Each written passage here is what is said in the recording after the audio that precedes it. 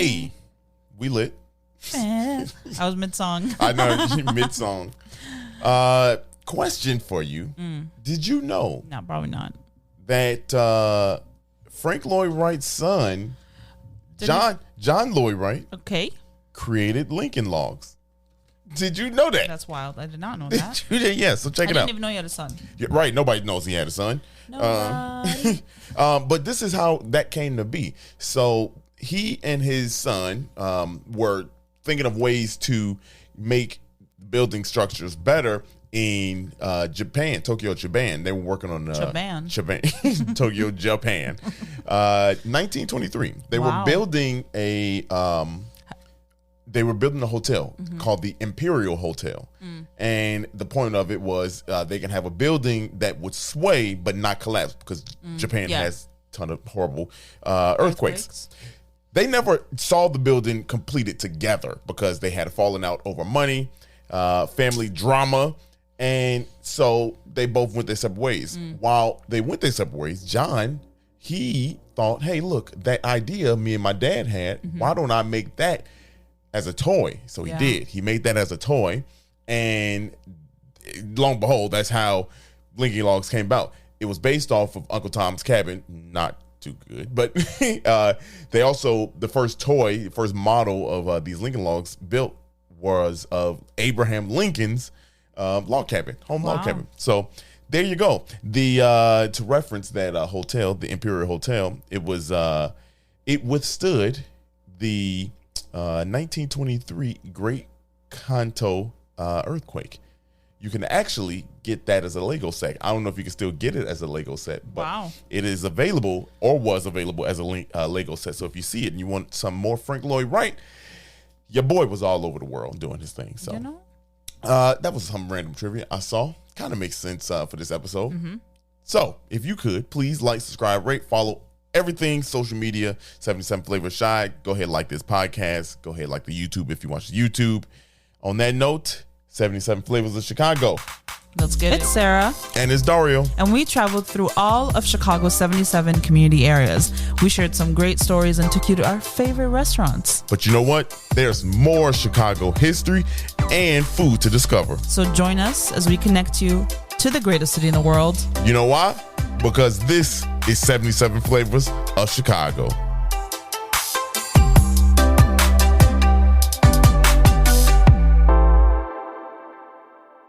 Yo. That's what you get for being late with the unmute. Hey, no, you know what it is? Your boy was vibing over here. Dancing. I was about to apologize and be like, sorry, that music's so loud. It's probably, I don't know what time you listen to it, but you in your car in the morning or if you're in the office, you get bucked with 77. You getting wild. We have a lot of like really important people in the city that listen to this podcast. Let them listen. And get bucked with your boys and girls. All right, well. Get bucked with us. Okay. Kick your Monday off right or whenever you listen to it. Whatever day, whatever time. Whatever day, whatever time. I wonder how many people actually be like, yo, this does make me feel good. I mean, they keep listening, so I guess they like it. Right. We know how many people keep listening. Yeah. Do people? Yeah, I just want to know. I just want to know if people be like, man. Do you think some people listen to hate? I'm sure everybody listen to hate. Everybody be listening, be like, let's see what they get wrong today. Let's see what word he slip up on today. But that's just for you asked the question. That's for funsies. It is. You think everyone that listens to us hates us? That's what you said. No, that's not what I said. You said everybody listen to hate. That's what you said. Okay, that's true. But you know what I'm saying. You're taking me a little bit out of context. I'm saying there's haters out there. We ain't got no haters though. Like whatever. Yeah, we're wonderful. No one hates us. Nobody hates us. Everyone likes us. I don't know. No, everyone that interacts with us authentically likes us. That's a fact. Because we're wonderful. That's a fact. So now go subscribe to YouTube. Now welcome to a cozy edition. This is the conversation you get when it's cozy up in here. Cozy. That's why I didn't press the unmute button. How you feeling? You good? I'm good. I'm good. I want to mention something off the top before I forget it because I've been trying to tell myself to remember this all week. Okay. I want everyone to know this question that Dario asked me earlier this week. What? Oh, come on. Don't. No, I kept Y'all, it in she my about brain. to kick it off too damn early. I kept it in my brain. Come on. So Dario asked me if chicken nuggets are made with small chickens.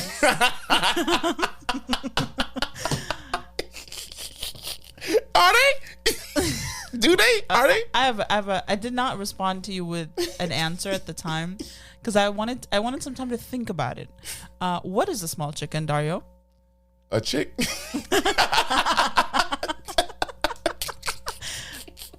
I don't know. Is it a smaller chicken? Is it they use the? Do you think a nugget is a part of a chicken? I mean, is some part of it? Do you think it's like a wing? Like it's like most likely the breast. It's most likely just a mush up of whatever's left over. But mostly the breast. Actually, you can make nuggets with whatever part of meat that you prefer, depending on what kind of, if you want it to, fatty or not fatty. It's basically like you grind up the chicken, right. You bread it, and you fry it. Okay, so it's ground chicken. It's irrelevant how big the chicken is. If anyone else out here thought chicken nuggets were made from small chicken, and you are over the age of 7. No. Oh, wow.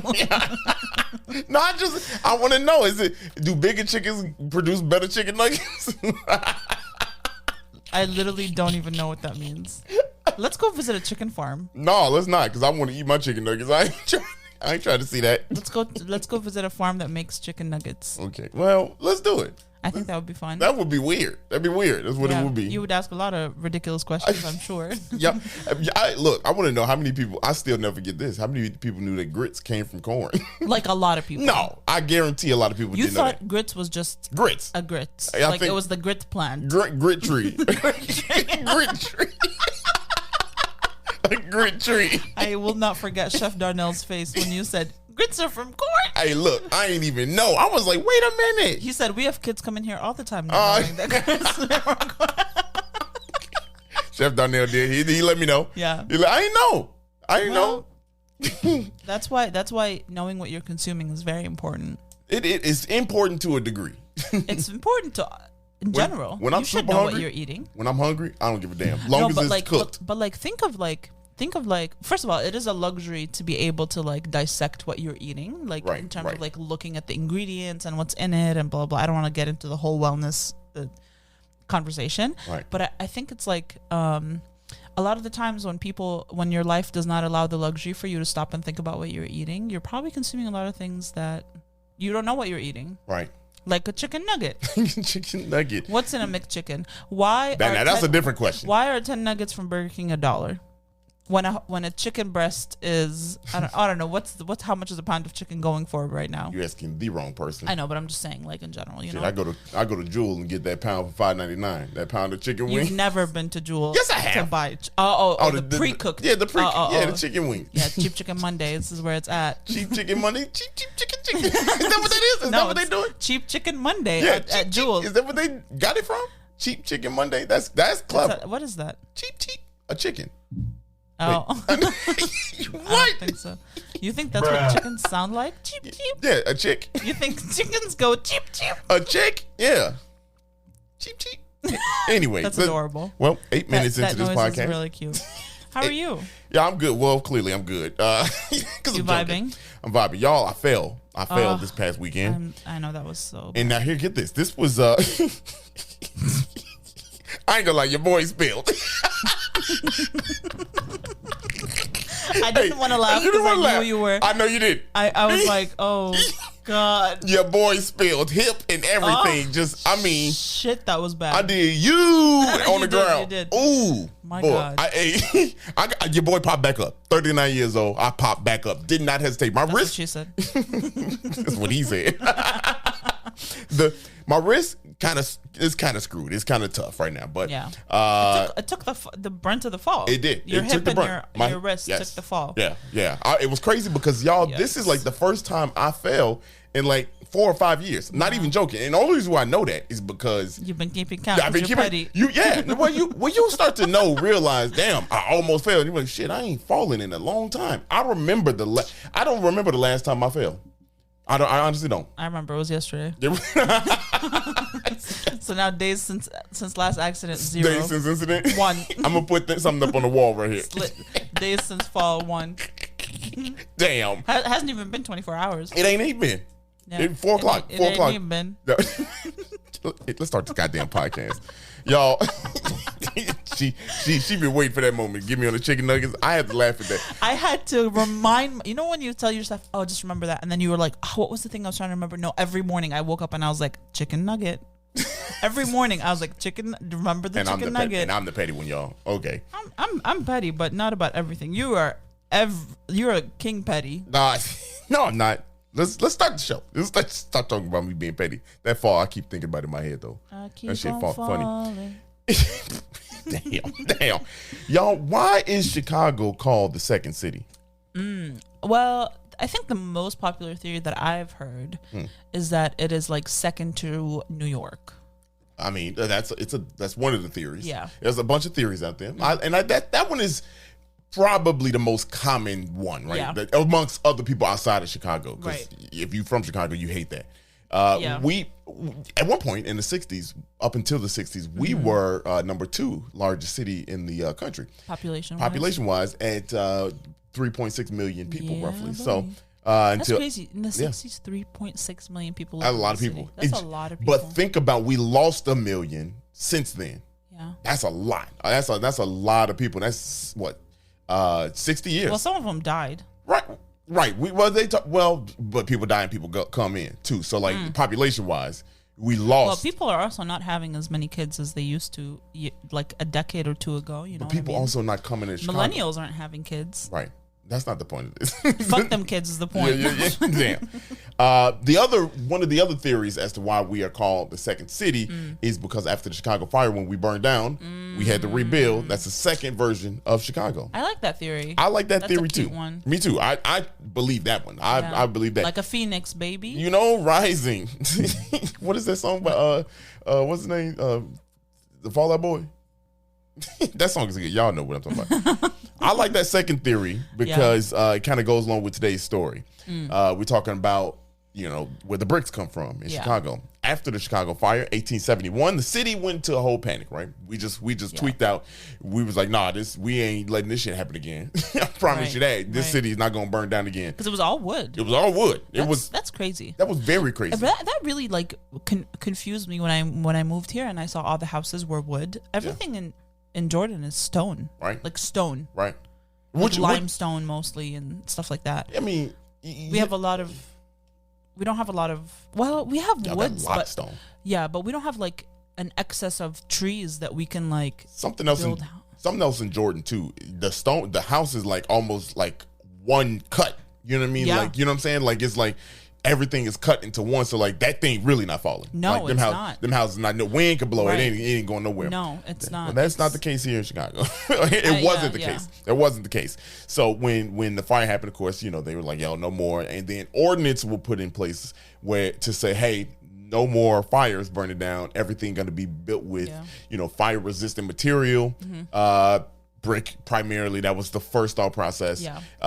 And what they found out though, when they were going through all these ordinances and saying, hey, and finding bricks, they were like, yo, we are by the Chicago River. And for those of you that don't know, the Chicago River is Chicago, I should say, is next to a glacial plain, the Great Lakes, right? Huge great glacial plain, and Chicago being, for people that don't know, what is a glacial plain? Ice age. You know what I mean? Like, so like this used to be icy. You know what I mean? Like, yeah, that's why. Is that the theory about the? Why is it so cold? I don't know. I don't think so either. But so Chicago is next to one, and when people start to realize that the Chicago River, particularly the north branch of the Chicago River, they started digging down there in the riverbed, which now we are at the base of the riverbed, so to say. Chicago is at the base of that. The river. Sure. So anyway, they start digging up in there and they realize, limestone, the clay and everything, terracotta, all that kind of stuff is right here as a resource for us. So we started using that, right? We started using that to create the brick. And that brick, if you know, do you know why that's called, what that brick is called? It is called the Chicago Common Brick. Damn. Yeah, because it's common in this area. We made our own brick, so to say. So interesting. Yeah, so we made our own brick. Yeah. I like that. Can I tell you a little fact I learned this week? Shoot. Not related to bricks, but related to the Chicago River. So I watched this like brief video. It's this series of videos that talk about like what would specific parts of the world look like if humans didn't exist. Like how would they happen? One of the things that would be affected would be the Chicago River because it is like manually reversed. Yeah. It would reverse the other way, and then it would flood. Right. Could you imagine if Chicago never reversed the river? Well, we wouldn't be able to use the water in Lake Michigan. That's the main reason why it was reversed was so that it wouldn't contaminate our drinking water. So now that if you can't control the height of the water in the river, and it begins to flood the buildings by the river, like the river walk, it's a wrap. It's a wrap for the river. Yeah. Those will flood fairly quickly, like once the first big rain. Isn't that crazy? That's very interesting. The brick though, the brick is very ugly. Chicago common brick is just plain red brick. It's not ugly. It is in the greater scheme of things because it's not even. It's jagged edge. It's irregular is what it's called. I think that's funky. You know? Well, I'll get to that. So it's a regular brick. It doesn't look as even, as smooth as other bricks, right? So there was actually an ordinance put in for those bricks later on in a couple of decades later. For the ugly bricks. When Chicago, actually not even a couple of decades later, like rather quickly, once they realized they can get better brick. What they said was the good bricks, so the even and nice color, smooth bricks, they have to be used for outside facing street level. Like the front facade. Yeah, front facade of the building where, mass public will see. The Chicago common brick are used for everything else that can't be seen by the naked eye, right? So and even to the point, it can be seen. It can be seen, right? It can be seen, but like on the side of the thing, it's not the first thing you see. Yeah. But also the second floor and above, so started second floor and above, that's also a lot of older buildings we're talking, is the Chicago common brick. So if you ever see a building where, like there's clearly two, and we've all seen it. I guess I never paid attention to it, where the bricks are different, front and the side. The side is the Chicago common building brick. Pretty dope. That's really cool. Yeah. I was walking Campbell, our dog, today, and I noticed a bunch of those buildings. Yeah. We live in a pretty old building too, and we have that. We have the side is like an ugly brick, and then the front is the nice front facade. And the crazy thing is we're next to a new building that has it even everywhere. Yeah. Like so that has the same brick, same even smooth brick all over. That's pretty dope. It's pretty dope to I never knew the answer to that. You know what I mean? I didn't even think about it. I thought it was like an artistic choice, and I was like, that's interesting. Right. Okay, but cool. Now you can't see it. I can't unsee it. You know what I mean? Like it's so You're welcome. dope. I hope for someone that also has OCD, enjoy. Right, check it out. Yeah, and there's probably somebody out there like, we follow Brick of Chicago. They talked about this already. But this is why we do this stuff for people that don't know, and we find out a lot of people don't know these things. I mean, I didn't know. Yeah. So check this out. There was a particular bunch of brickyards. A lot of brickyards start popping up when Chicago said, hey, look, here's the ordinance. Here's what we got to do to rebuild the city, yada, yada, yada. There was a ton of brickyards. One brickyard in particular was the Cary Brick Company. And it was a family-owned brickyard that created bricks for the city. They closed down. They started in the early 20th century, and they went out of business in the 60s. When they went out of business in the 60s, they, Chicago didn't have any bricks to source from. They were, in fact, fun fact, they were the last brickyard in the city. You should have sad fact. Yeah, right. Yeah, sad fact. Because the sad fact is we start getting our bricks from St. Louis. Yeah, that's a sad fact. But here's another fun fact about Chicago brick. The Chicago bricks, common bricks, they are very sought after. They're very sought after. People all over the world look to have these bricks. And you're probably wondering, so Chicago get the bricks all from, from another place whatever. I see a lot of those bricks. That's true, because what happens when a building is demolished, they reuse and repurpose some of those bricks, the Chicago brick, into new buildings. I like that. Yeah, so I like that. Yeah, so some of the buildings might not be as old. But they have they are using repurposing brick. One of the places that we like that does a lot of that. So there's this there's this place on the north side, and let me remember what it's called, but it's basically what they do is that they take doors and wood beams and anything from like old Chicago buildings that were demolished. They take all of that stuff and then you can rebuy it and use it. So like if they demolish a building and the brick is fine, they take the brick, and then people can rebuy the brick and use it. And it's a huge like warehouse looking thing, and pretty cool. It's so basically, I mean, it's got a lot of old shit. I mean, you got doors, you got facades of buildings, you got old appliances from different things. Right. You got, what's that door? What's that entry to? It was like the entry to one of the. I'm not sure. I can't remember. You can look it up later and come back to it. But they they closed down in the 60s, right? But when they closed down, the Cary Brick Company, when they closed down, they didn't sell that land. What they decided to do was make Chicago's first and only ski resort, y'all. Oh. They made Chicago's first ever ski resort.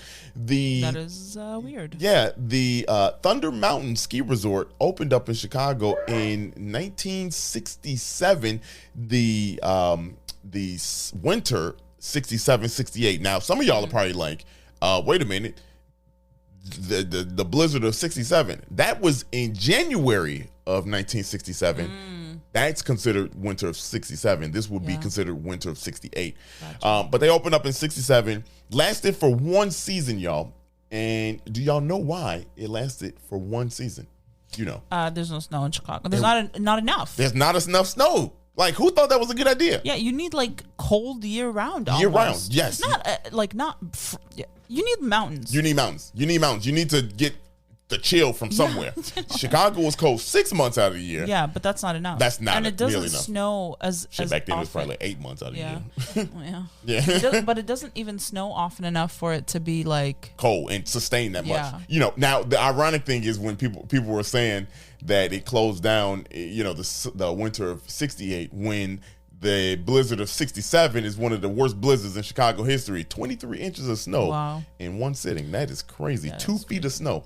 So yeah, that's a fun fact. Now, after that, the Cary family sold that. They you know, the resort didn't last. Yeah. One more thing about the resort, actually, it had a 285-foot drop, which was the largest drop in a 200-mile radius of that resort. That's not much, because that's not much at all. You're in the Midwest. we were 12,000 feet up at one point in Colorado, so this is nothing. How did you know? Also, one more. Did you know trees stop growing at 12,000 feet? Really? Yes. Did you? Yes, they stopped growing. I feel like I know that. I feel like I know that. Yeah. Sorry, but I found the name of the building. The space. It's called Rebuilding Exchange. Boom! Y'all go there. Check Webster. It out. It's really, really cool. Yeah, check it out. What happened to the land after they sold the ski resort? Well, today it's a strip mall. It is a strip mall. I don't know if strip mall is in, but it's like a mall area. You know what I mean? Like it's a mall complex. It's a strip mall. It's a series of stores next to each other. Yeah. It's but they got levels to it. You know, because the whole thing was like a big block. I want to say, don't quote me, y'all. 76 acres of land that was sitting on. What's an acre? I don't know. But it was sitting on like a city block, right? It was sitting in the it's basically still a city. Yes, it's a city block, and that's where that whole thing is. So the Brickyard Mall is where you can go and shop at the Brickyard Mall. That's what it is right now. Most people know the Brickyard Mall, right? Located in Belmont Cragin community area. Cragin, yeah, Belmont Cragin. We learned that. My bad, y'all. Fun fact about that mall in the Chicagoland area, that was the first ever big Kmart. When Kmart started switching over to Big K's, that was the first ever Big K. What's the difference between Big K and Kmart? It's like a Super Target and a regular Target. Oh, gotcha. So that was the first, Big K in the Chicagoland area. Yeah, pretty fun fact. Now Kmart doesn't exist anymore. So that is a fact. They are done. Damn. And that, you have it, is a brief talk about Chicago bricks and Brickyard, and there's so many other Brickyards you can kind of go. So I worked my ass off to sum this one up. So yeah, well, we might do some more. We'd love to do an episode with the Chicago Brick of Chicago. Brick of Chicago. Yeah. If you don't know, they have an Instagram page. They literally post so many pictures, so many really cool pictures of different bricks and brick patterns on buildings in the city. It's really, really cool. Check them out. There's just, pictures. So you might see something that's really cool. Learn some new facts about fronts of buildings. You know what time it is. You know what time it is. Speaking of knowing what time it is, you ready to talk about the food? What time it is. Ready? Yeah, buddy. Let's go. get it. Food time is next. Be right back.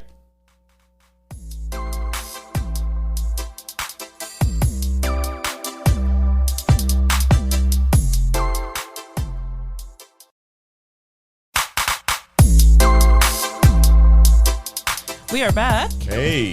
And welcome to the food portion of this episode. Yeah, buddy. We're so excited about this place. I think we found a new favorite. We definitely did.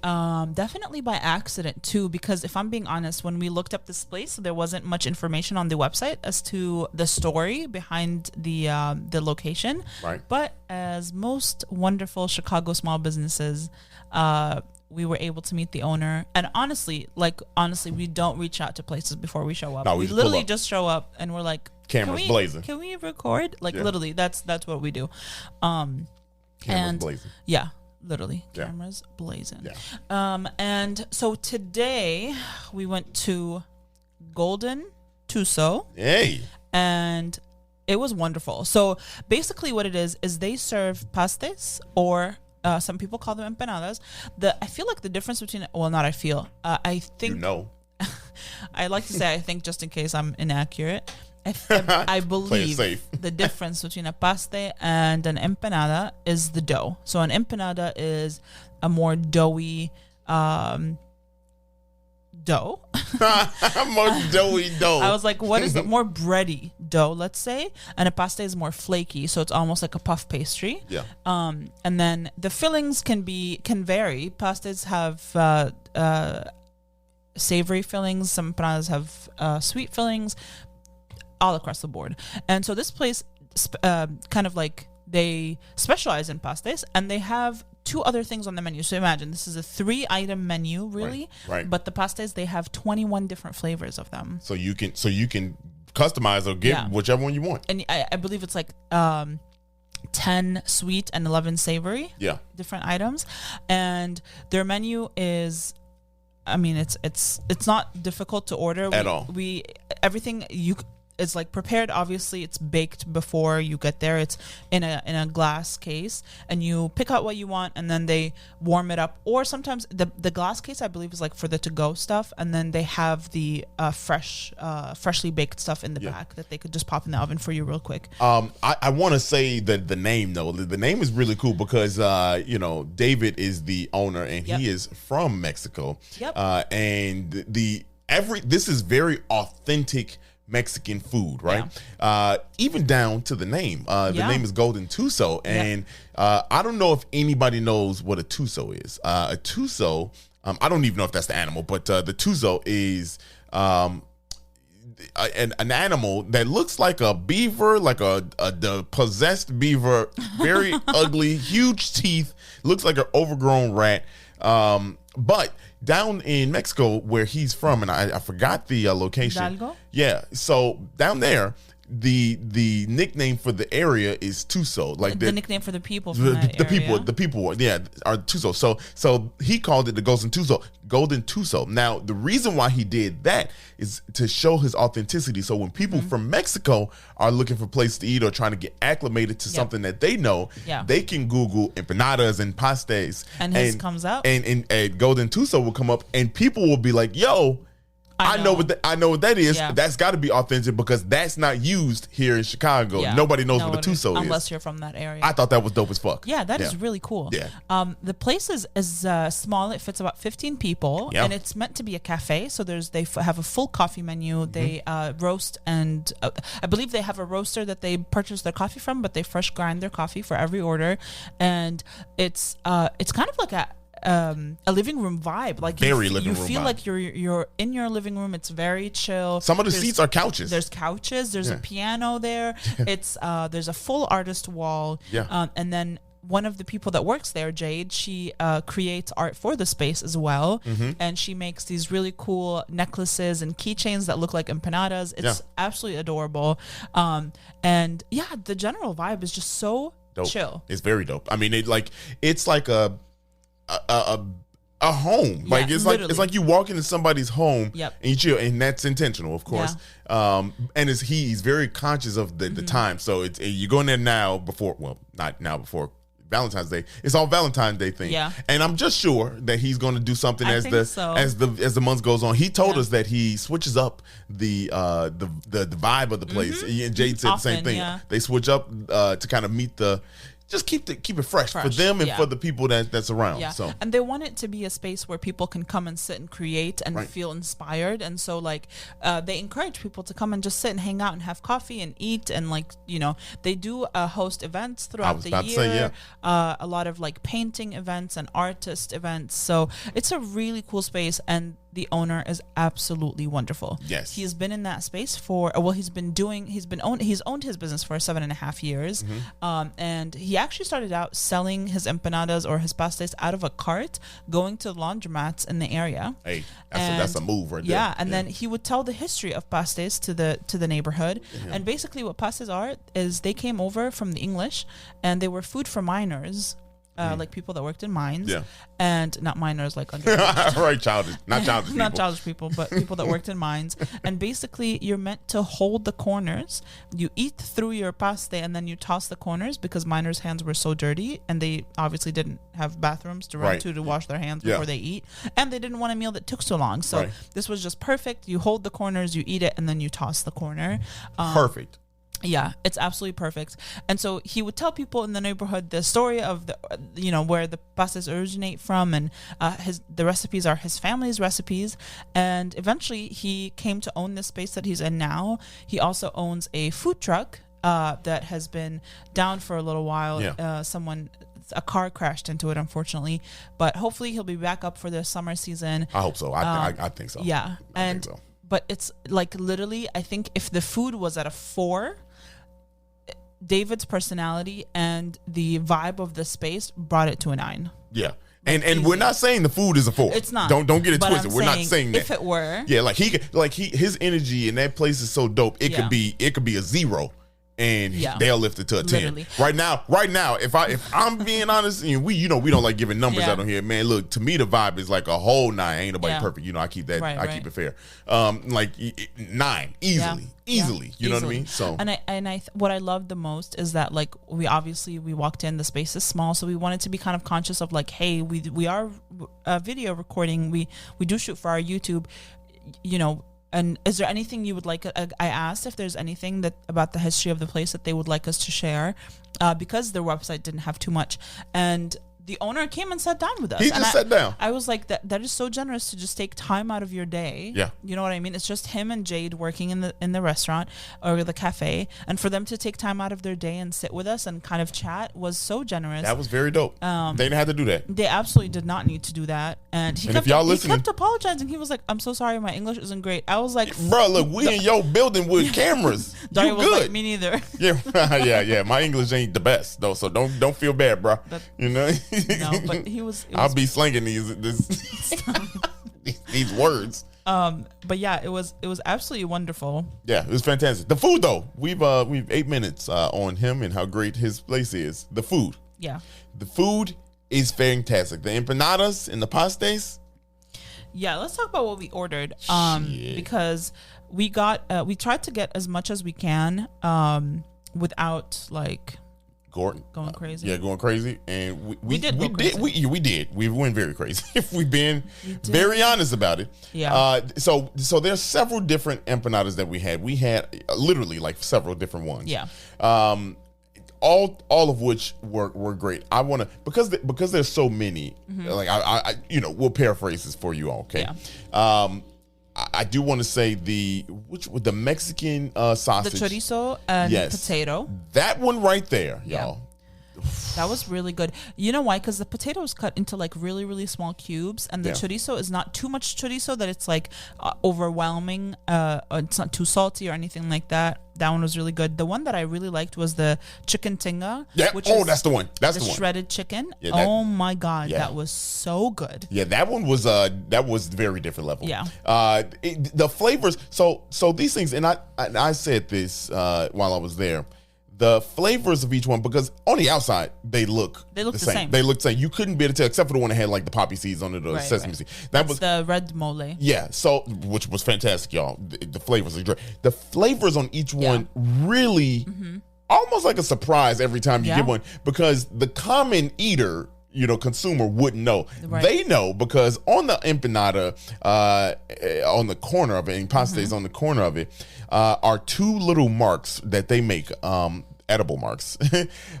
They're red, green, they're different colors, and that's how they can look and be like, oh, this is that one. Yep. This is that one. This is the, which is really dope. Us, we just eating like I was like, I wonder what this one is. Yeah, what is this? Smack, and then and you kind of get surprised by it without having somebody sitting there. Yeah. Especially if you get more than like three, So which we did. Yeah, we did. We also, like Dara said, we got the red mole chicken. The chicken, red chicken mole. Yep. And then we had some of the sweet ones. We tried what was your favorite one? The sweet one. We got two sweet ones. Guava. So we got it's guava and cheese, which was literally like a cheesecake. Oh my God, it was so good. Yeah, I mean, and then we had the caramel. And then we had the cajeta, which is the Mexican caramel. Y'all, I really don't know which one is the best. I know.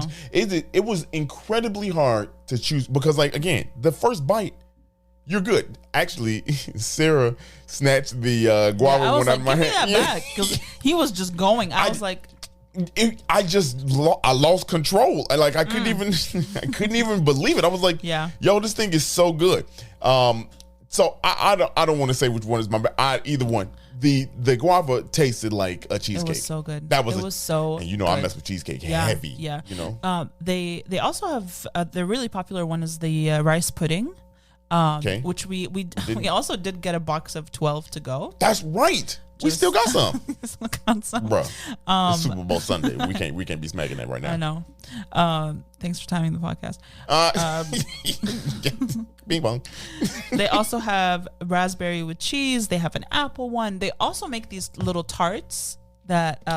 Yes. Yeah, they gave us one as a to-go present. We took it because we dope as fuck. Yeah, but we also tried two other things on their menu that are not pastes. We tried the chalupas, which are not like the ones that are not Taco Bell, and don't offend them by thinking it is. Yeah, it's not. So it's basically like you get 5 tostadas that they make in house, and they're not fried tostadas; they're grilled tostadas. Yes. So they take a tortilla and they grill it until it's kind of crunchy, and then they do a layer of potato, salsa, lettuce, cheese, chicken, and a slice of radish on top, and it comes with a green salsa. And oh my God, it is so good. Yeah, I mean, so I could, if we had that first, right? if we had that first, because we had that later, they brought that out later, I probably would have had at least 6-7 of them bad boys, because they're small. They small, but not too small. No, they're not. Couple bites for me. 5 of them is perfect. Enough as a full meal. I don't know if 5 is enough for me. They were that good, y'all. Like they were like different level good. Yeah. Like honestly, I was like, yo, what the? Because the flavor. So they don't have much to them. They got like their hot sauce on them, right? They got but it's potato, a good, hot sauce, chicken, flavor. Lettuce, and cheese. And that lettuce is the type of lettuce I like. I know, with the shredded iceberg. With the flavor, for some reason that mixture tastes good. And then the what it was on was just the tostada. Yeah, was perfect. Yeah, perfectly. It was really good. We also had the pambazo, which is basically like a potato and chorizo sandwich. Yes. And that one was again that one was great.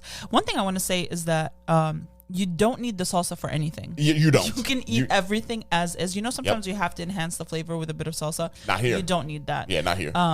And the thing with is everything is so affordable. The pambazo is $6.65. The chalupas are $6.65, and the empanadas are $3.99. And they're huge. They're like larger than like Dario's. They're probably your hand size, right? Probably. Yeah. That's like, what is that, like a good 7 inches? That's 8. 8 inches. Don't show me. Don't show me.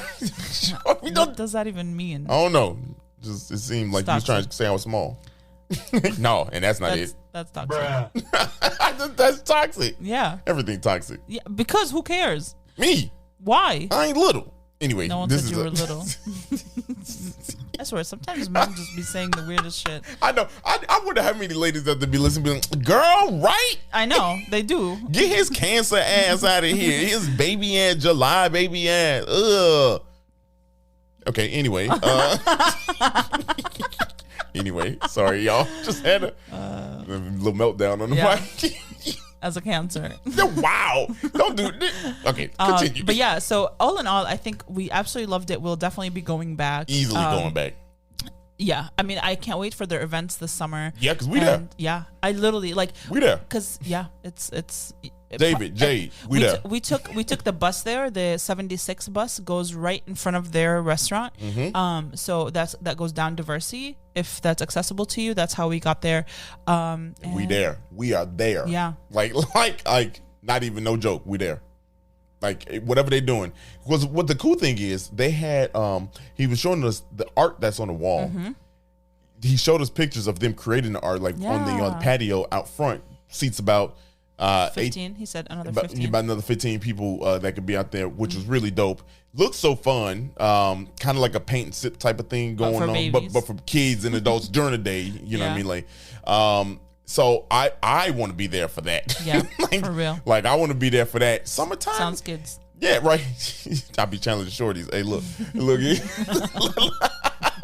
Hey, I bet you I get you on this one.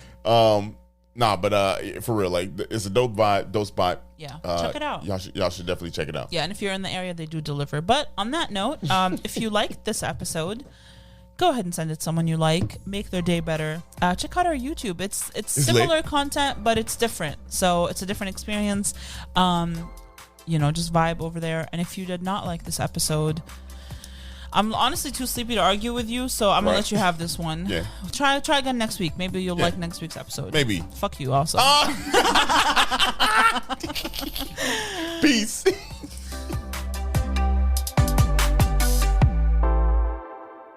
Hey, thank you so much for listening. We really hope you enjoyed that. Please follow us on all social media at 77 Flavors Shy. And if you have any ideas and things you want to learn about, please email us at media@77flavorsshy.com. Yeah, if you could also head on over to our YouTube channel, same thing, 77 Flavors Shy, and give us a follow, give us a like, and give us a good rating there. Make some comments. Go ahead and subscribe. We love y'all. See you next week.